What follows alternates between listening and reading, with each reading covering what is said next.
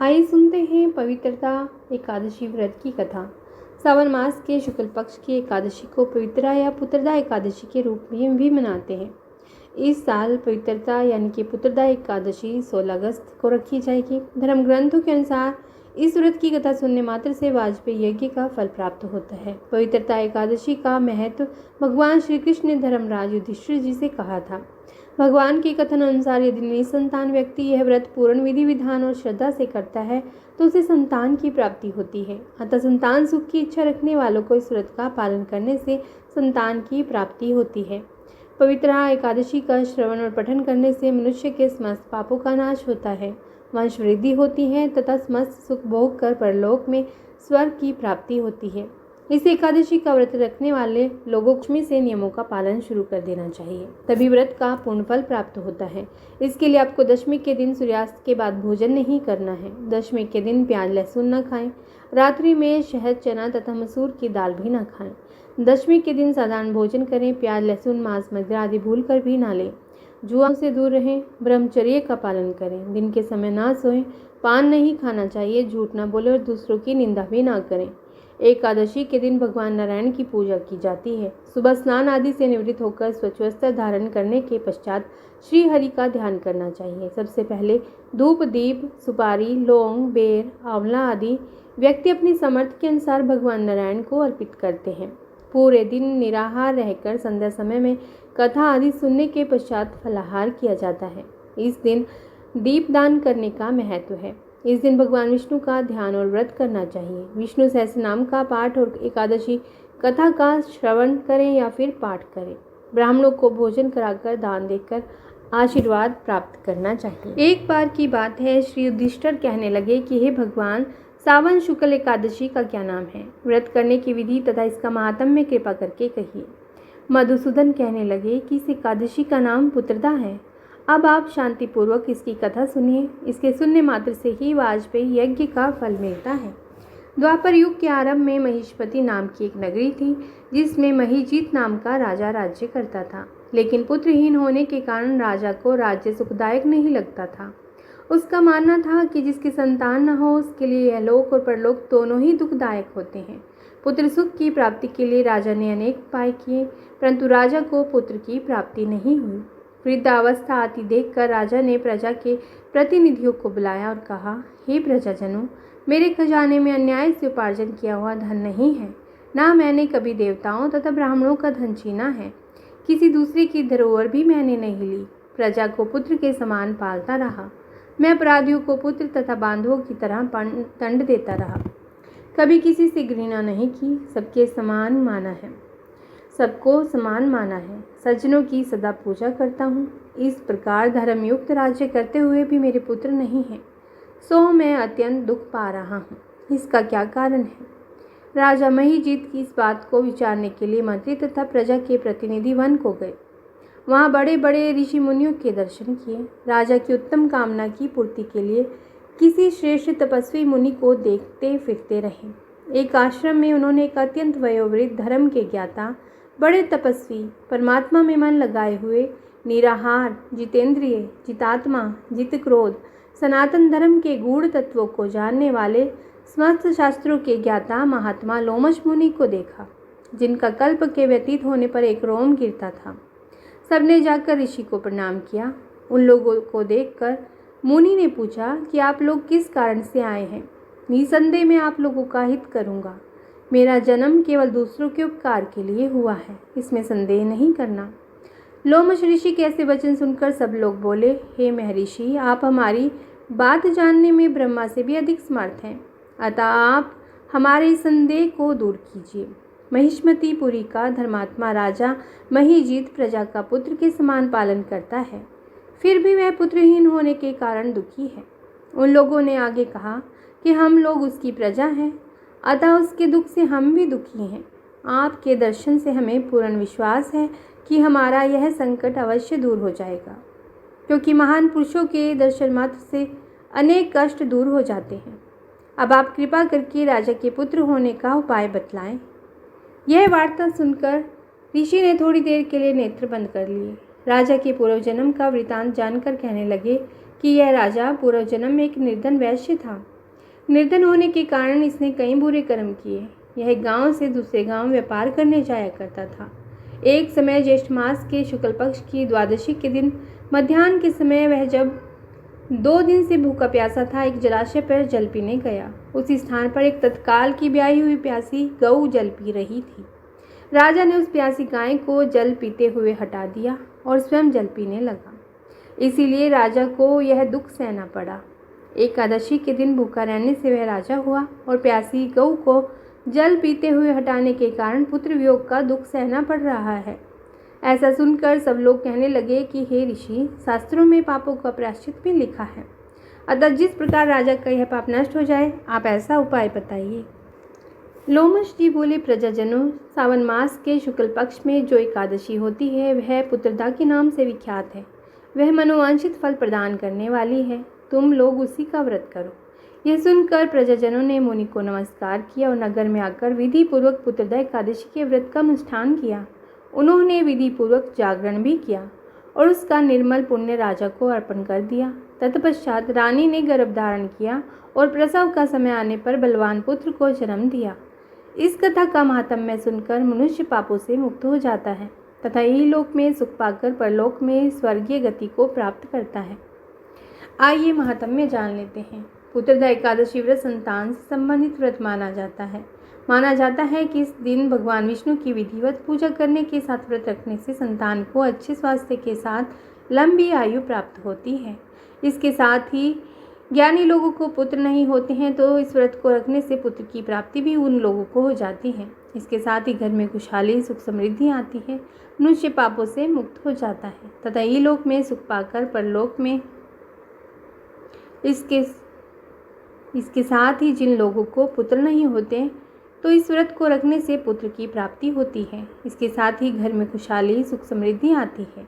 मनुष्य पापों से मुक्त हो जाता है तथा इहलोक में सुख पाकर परलोक में स्वर्गीय गति को प्राप्त होता है।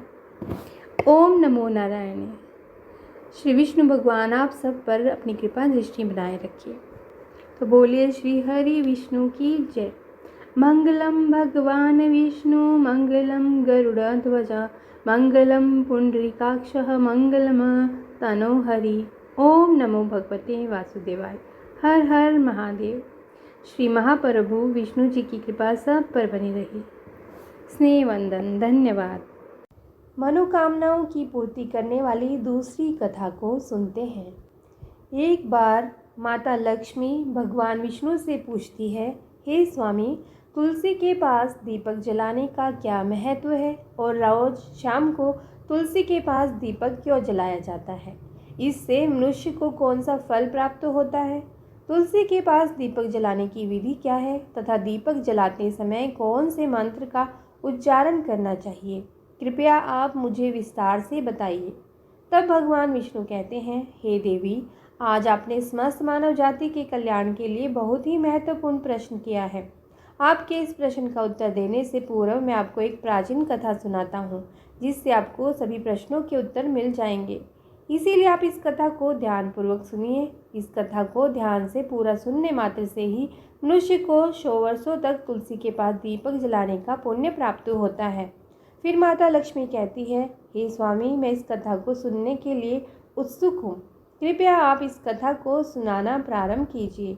तब भगवान विष्णु माता लक्ष्मी को वह कथा सुनाने लगते हैं।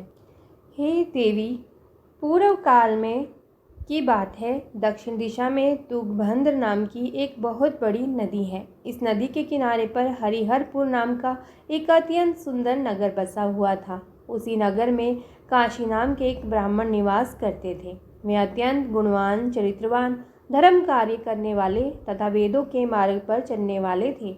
उन्होंने समाजशास्त्र का अध्ययन किया हुआ था। उस ब्राह्मण की एक पत्नी थी जिसे लोग दुराचार कहकर पुकारते थे, क्योंकि उसके कर्म ही उसके नाम के अनुसार थे। वह सदैव ही अपने पति को अपमानित करती थी। वह अपने पति के लिए कुवाच्य कहती थी, पति को भयंकर दुख देती थी, पति के लिए कभी भोजन नहीं बनाती थी। उसने अपने पति के साथ कभी शयन नहीं किया, कभी उसके साथ प्रेम से व्यवहार नहीं किया। पति के मित्र, परिवार के लोग घर पर आते तो वह स्त्री उनको अपमानित करके भगा दिया करती थी और स्वयं काम भाव से उन्मत्त होकर निरंतर अन्य व्यभिचारिणी स्त्रियों के साथ घूमा करती थी। उसका मन पति को छोड़कर पराये पुरुषों में लगा रहता था। उसने कभी अपने पति से प्रेम से बात नहीं की, किंतु पराये पुरुषों के संग बैठकर बातें करती थी। पराये पुरुषों को मोहित करने के लिए सज धज कर गाँव में घूमने जाया करती थी। कभी वह वन में किसी वृक्ष के नीचे खड़ी रहकर सुंदर पुरुषों की राह देखने लगती और किसी दुष्ट पुरुष को मोहित करके उसके संग भोग विलास किया करती। फिर एक दिन वह दुराचारिणी स्त्री वन में जाकर एक वृक्ष के नीचे खड़ी हो गई। उसका चित्त काम से भरा हुआ था। वह किसी सुंदर कामी पुरुष की राह देख रही थी, किंतु बहुत समय निकलने के बाद भी उस स्थान पर कोई पुरुष नहीं आया। इसीलिए वह अत्यंत दुखी हो गई और प्रियतम की खोज में इधर उधर देखने लगी। उस दिन उसका सारा परिश्रम व्यर्थ हो गया। वहाँ पर खड़ी होकर वह नाना प्रकार की बातें कहकर विलाप करने लगी। हाय हाय, आज तो इस मार्ग से कोई भी सुंदर पुरुष नहीं आया। अब मैं कैसे अपनी काम वासना को शांत करूं? आज की रात कैसे बीतेगी? वह जोर जोर से विलाप करने लगी। उस जंगल में एक भयानक बाघ निवास करता था। उस पापिनी स्त्री की आवाज़ सुनकर वह जाग गया और उछलकर उस स्त्री का भक्षण करने के लिए उसके पास आ गया। उस भयंकर बाघ को देखकर उस स्त्री के पसीने छूटने लगे। वह भय से थर थर काँपने लगी। वह स्त्री कुछ करती इतने में ही उस बाघ ने अपने पंजे से उसे घायल कर दिया और वह स्त्री जमीन पर गिर पड़ी। जमीन पर गिरते ही वह स्त्री चिल्लाते हुए बोली, अरे बाघ, तू किस लिए यहाँ पर आया है? मुझे क्यों मार रहे हो? मैं यहाँ पर अपने प्रियतम को खोज रही हूँ। तुम मुझे छोड़ दो। मेरा भक्षण करके तुझे क्या मिलेगा? उस स्त्री की यह बात सुनकर वह भयानक बाघ क्षण भर के लिए रुक गया और हंसते हुए बोलने लगा, हे दुष्टा, आज विधाता ने तुझे मेरा ग्रास नियुक्त किया है। तुझ जैसी पापनी स्त्रियों का भक्षण करना ही मेरा काम है। तभी तुम्हें इस शरीर से मुक्ति मिलेगी। वह स्त्री कहने लगी, हे बाघ, तुम कौन हो? मुझे सच सच बताओ। तुम्हें किस कारण से बाघ की योनि में जन्म लेना पड़ा और तुम मुझ जैसी स्त्रियों का भक्षण क्यों करते हो? पहले मुझे सारी बात बताओ और फिर मेरा भक्षण करो। फिर बाघ कहने लगता है, हे पापिनी, मैं तुझे मेरे पूर्व जन्म का वृतांत सुनाता हूँ। किस कारण से मुझे बाघ बनना पड़ा। पूर्व काल में दक्षिण देश में एक नदी थी। उस नदी के तट पर एक नगरी बसी हुई थी। उस नगरी में मैं निवास करता था। मैं एक ब्राह्मण का पुत्र था और नदी किनारे बैठकर यज्ञ आदि कार्य किया करता था। मैंने उस जन्म में अनेक पापियों के लिए यज्ञ किया, उन पापियों के घर का भोजन किया। मैंने धन के लोभ से अनेक पापियों के लिए कार्य किया। जिन वस्तुओं का दान ब्राह्मण को नहीं लेना चाहिए, उन वस्तुओं का दान भी मैंने ग्रहण किया और दूसरों से धन लेता था, लेकिन कभी वापस नहीं करता था। इस प्रकार से पाप करते हुए मुझे बहुत साल बीत गए और मैं बूढ़ा हो गया। मेरे बाल सफ़ेद हो गए, आंखें सूज गई, मुंह के सारे दांत गिर गए, लेकिन फिर भी मेरी दान लेने की आदत नहीं छूटी और मैं पाप करता गया। फिर एक दिन मैं धन के लोभ से नदी किनारे गया और अन्य धूर्त ब्राह्मणों के साथ मिलकर हमने लोगों को ठगा। झूठ मंत्र वचन बोलकर हमने बिना विधि विधान किए ही देवी देवताओं का पूजन किया और बहुत सारा धन दान में ले लिया। फिर उसी स्थान पर एक बीमार कुत्ते ने मेरे पैर में काट लिया और मैं मूर्छित होकर गिर पड़ा। उसी क्षण मेरे प्राण चले गए। फिर यम के दूत उस स्थान पर प्रकट हुए और मुझे पकड़कर यमपुरी ले गए। वहाँ पर यमराज ने चित्रगुप्त से मेरे कर्मों का लेखा जोखा निकालने के लिए कहा। फिर चित्रगुप्त कहने लगे, हे धर्मराज, इस ब्राह्मण ने घोर पाप किए हैं। इसने दूसरों से झूठ कहकर धन लूटा है। विधि विधान से पूजा न करके झूठ मंत्र बोलकर भगवान का अपमान किया है। इसीलिए यह पापी ब्राह्मण केवल नरक जाने के ही योग्य है। फिर यमराज ने अपने दूतों को आदेश देकर मुझे नरक की अग्नि में डाल दिया। अनेक वर्षों तक नरक की सजा भोगने के बाद मुझे भाग का शरीर प्राप्त हुआ और मैं इस दुर्गम वन में निवास करने लगा। मैं अपने पूर्व जन्म के पापों को याद करके कभी महात्मा, साधु पुरुष, सती स्त्रियों का भक्षण नहीं करता हूँ। मैं केवल पापी, दुराचारी तथा उल्टा स्त्रियों का ही भक्षण करता हूँ ताकि मुझे पाप से मुक्ति मिल सके। इस प्रकार से उस बाघ ने अपने पूर्व जन्म का वृतांत सुना दिया और उस स्त्री से कहने लगा, हे पापिनी, तेरे आचरण से तू उल्टा दिखाई पड़ती है। अपने पति को छोड़कर तू इस वन में अन्य पुरुष के साथ भोगविलास करने के लिए आई है। इसीलिए आज तू मेरा ग्रास अवश्य ही बनेगी। इतना कहकर उस बाघ ने अपने तीक्ष्ण नाखून से उस पापी स्त्री के टुकड़े टुकड़े करके उसे खा लिया। फिर उस स्थान पर यम के दूत प्रकट हुए और उस पापिनी स्त्री को उठाकर यमपुरी ले गए। वहां पर उसे यमराज के सामने खड़ा किया गया। फिर चित्रगुप्त ने उस स्त्री का लेखा जोखा निकालते हुए यमराज से कहने लगा, हे धर्मराज, यह स्त्री तो अत्यंत पापिनी है। इसने घोर पाप किए हैं। इसने व्यभिचार किया है। इसने अपने पति की कभी सेवा नहीं की। अपने पति को भूलकर पराये पुरुषों के संग भोग विलास किया करती थी। उसके पाप को सुनकर यमराज ने उस स्त्री को अग्नि से भरे हुए कुंडों में डालने का आदेश दिया। अनेक वर्षों तक उसे उस कुंड में पकाया गया। फिर उसे निकालकर दूसरे नरक में डाल दिया गया। इस प्रकार से उसे अनेक वर्षों तक अलग अलग नरकों में डाला गया और नरकों में डालने के बाद वह महापापी स्त्री पुनः पृथ्वी लोक पर आकर चांडाल के रूप में उत्पन्न हुई। चांडाल के घर में जन्म लेकर वह फिर से अनेक पाप करने लगी, व्यभिचार करने लगी, अनेक पापी पुरुषों के संग विहार करने लगी। कुछ समय बाद पूर्व जन्म के पापों के कारण उसे कोढ़ का रोग हो गया और वह भयानक पीड़ा सहन करने लगी। उसका अंग अंग जलने लगा, उसके नेत्रों में पीड़ा होने लगी। इस दुख को सहन करती हुई वह दिन बिताने लगी। फिर एक दिन वह तीर्थ में स्नान करने के उद्देश्य से अनंतपुरा में चली गई। वहाँ पर एक आश्रम के बाहर निवास करने लगी। वहाँ उस आश्रम में एक तुलसी का पौधा था। अन्य स्त्रियों को वहाँ पर तुलसी के पास दीपक जलाते हुए देखकर उस पापी स्त्री ने भी वही किया। उसने तुलसी के पौधे के पास एक दीपक जला दिया। फिर उसी रात हृदयघात से उसकी मृत्यु हो गई और यमराज के दूत उसे ले जाने के लिए वहाँ पर प्रकट हुए। जैसे ही यम के दूत उस पापी स्त्री को पाश में बांध कर ले जाने लगे, तभी भगवान विष्णु के 2 पार्षद उस स्थान पर प्रकट हुए और उन्होंने उन दोनों को रोक लिया और कहने लगे, हे दूतों, इस स्त्री को तुम छोड़ दो। यह स्त्री नरक जाने के योग्य नहीं है। तुम किसके आदेश से ऐसा अधर्म कर रहे हो? फिर यम के दूत कहने लगे, हे पार्षदों, हम यमराज के आदेश से इस पापी स्त्री को उठाकर ले जा रहे हैं, किंतु आप हमें किस कारण से रोक रहे हैं? यह स्त्री अत्यंत पापी है, इसे नरक में ले जाने की आज्ञा मिली है। फिर पार्षद कहने लगे, हे दूतों, यह स्त्री तो विष्णु भक्त है, यह नरक जाने योग्य नहीं है। इसने शाम को तुलसी के पास दीपक जलाया है, इसी कारण से इसके समस्त पाप नष्ट हो गए हैं। इसीलिए अब यह नरक जाने के योग्य नहीं है, यह स्वर्ग जाने की अधिकारी बन चुकी है। पार्षदों की बात सुनकर यमदूतों ने उस स्त्री को स्थान पर छोड़ दिया और यमलोक लौट गए। वहां जाकर उन्होंने यमराज को सारा वृतांत सुना दिया। फिर भगवान विष्णु के पार्षद उस स्त्री को दिव्य विमान में बिठाकर स्वर्गलोक ले गए। भगवान विष्णु कहते हैं, हे देवी, इस प्रकार से तुलसी के पास केवल दीपक जलाने मात्र से ही मनुष्य के सभी पाप नष्ट हो जाते हैं। जो स्त्री नित्य शाम को तुलसी के पास दीपक जलाती है, वह सौभाग्यशाली बनती है। उसके पूर्व जन्मों के सभी पाप नष्ट हो जाते हैं। उसे सुख समृद्धि की प्राप्ति होती है। रोज तुलसी के पास दीपक जलाते समय इस मंत्र का उच्चारण करना चाहिए, ओम तुलसी देव्यै च विद्महे विष्णु प्रियाय च धीमहि तन्नो वृंदा प्रचोदयात्, जिसका अर्थ होता है, विष्णु प्रिय तुलसी, मैं आपको नमन करती हूँ, आप मुझे उच्च बुद्धि दो। हे वृंदा, आप मेरे मन को रोशन करो। भगवान विष्णु कहते हैं, हे देवी, हजारों अमृत के घड़ों से नहलाने पर भी श्री हरि विष्णु को उतनी तृप्ति नहीं होती जितनी वे मनुष्य के द्वारा तुलसी का एक पत्ता चढ़ाने से प्राप्त करते हैं। 10,000 गौदान से मानव जो फल प्राप्त करता है, वही फल तुलसी पत्र के दान से पा लेता है। जो मृत्यु के समय अपने मुख में तुलसी पत्र का जल पा जाता है, वह संपूर्ण पापों से मुक्त होकर भगवान श्री हरि विष्णु के धाम को जाता है।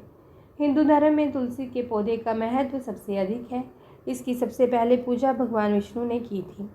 भगवान विष्णु कहते हैं, जिस प्रकार से देवी लक्ष्मी से वैकुंठ को ऐश्वर्य प्राप्त है, उसी प्रकार से वैकुंठ में तुलसी के कारण ही पवित्रता प्राप्त है। पृथ्वी लोक पर जिस स्थान पर भी तुलसी का पौधा होगा, उस स्थान पर कभी बुराई का वास नहीं होगा। ऐसा स्थान सबसे अधिक पवित्र होगा। इसी कारण से हमें हमारे घर में तुलसी का पौधा अवश्य लगाना चाहिए। इस प्रकार से भगवान विष्णु ने तुलसी के पास दिया जलाने का महत्व बताया। वीडियो अच्छी लगी हो तो लाइक, शेयर और ऐसे ही वीडियो को देखने के लिए हमारे चैनल को सब्सक्राइब जरूर कीजिए। धन्यवाद।